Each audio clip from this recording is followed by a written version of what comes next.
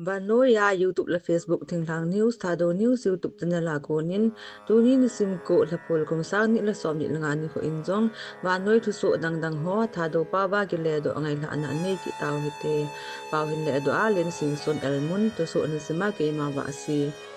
ai sunga ko na CF company som ni thum atol do diu chule lam ka sunga company ni asol do diu a hitai ikha gi nuwa chule igam inam sung e hon ki be anu ngai tai apoi mo le hum ki tol do be be lai ding a hi Pakistan Army Chief Asim Munir chu Chairman of the Joint Chief of Staff Committee in amat namun khana akoi zonunga CJCSCR General Sehir Samsat Mirza hi Pakistan Army Chief ta heading hitai tin ki seye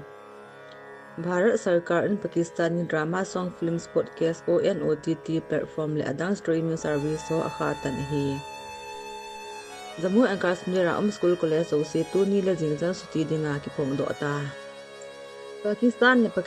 occupied Jammu and Kashmir muna India Operation Sindur ho se ta in Pakistan government na sumna paile lam choma ki thopi na international community ho ko ma na chumtan je keu hilowin boy na sul hapi ding jong anangi atan hi Itingi na het sit na hong hi na chu Pakistan Economic Affairs Division in social media ex mangcha ne hi ekiti hi chasun Pakistan government in international partner so ko ma India to galji agam sung akisusi atam ji in lor sangai cha dan hi sein hi cholengi na nei ben a chun hi ki boin asan be ta ji in international partner so ko ma boin su tim hi ni dingi na jong abol be in hi tin report chun a sein hi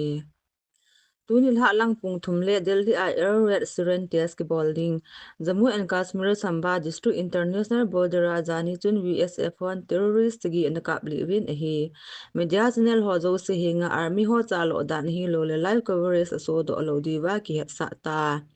Rasnat Singh in CDS General Secretary Anil Chauhan to official phabe ni sa blok langa din mun review ball LOCA Pakistan Army ho post India sipai hon akau set pet video masa per soldo May tena kon mabana bihu festival to kisaya program umzo sam CM in organizer ho hinga cancel bowling nge Meghalaya in Bangladesh to border night curfew koita